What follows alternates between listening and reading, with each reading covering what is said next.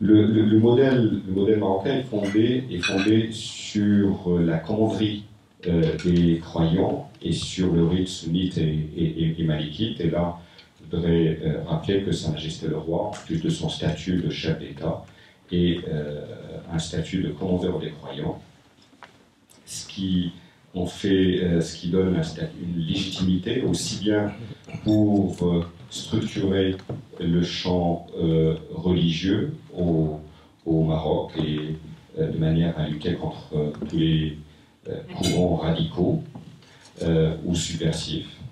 Donne une légitimité aussi pour veiller à ce que la religion reste à l'écart de la politique et ne soit pas instrumentalisée idéologiquement et ne soit pas exploitée par certains pour des objectifs de pouvoir.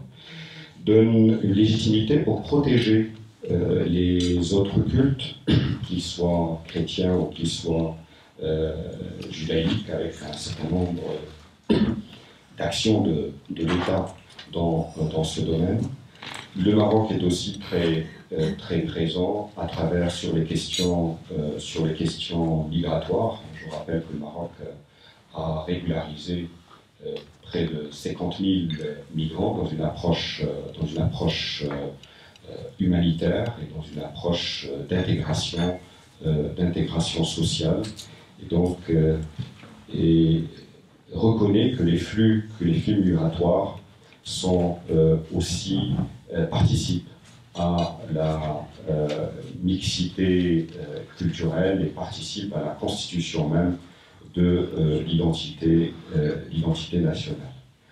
Je terminerai en signalant que de par ses spécificités, le Maroc a été très actif et très engagé sur le dialogue interreligieux. Je rappellerai trois discours forts de Sa Majesté le Roi. Peut-être rappeler le discours d'août 2016, au cours duquel Sa Majesté a fait appel aux musulmans, chrétiens et juifs à faire front commun pour contrecarrer le fanatisme, la haine et le repli sur soi. Rappeler tout le discours et la conférence qui s'est tenue à Marrakech sur le droit des minorités religieuses en terre d'islam.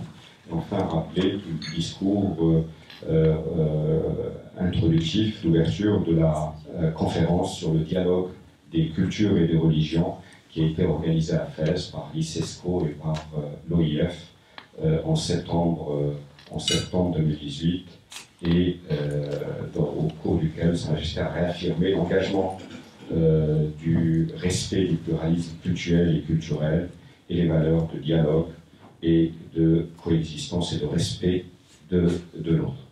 Voilà, alors que la visite du pape François est un moment fort aussi bien pour lutter contre ces courants de fanatisme, de repli identitaire, d'intolérance, mais aussi un moment fort pour l'interaction positive entre les religions, les peuples et les civilisations.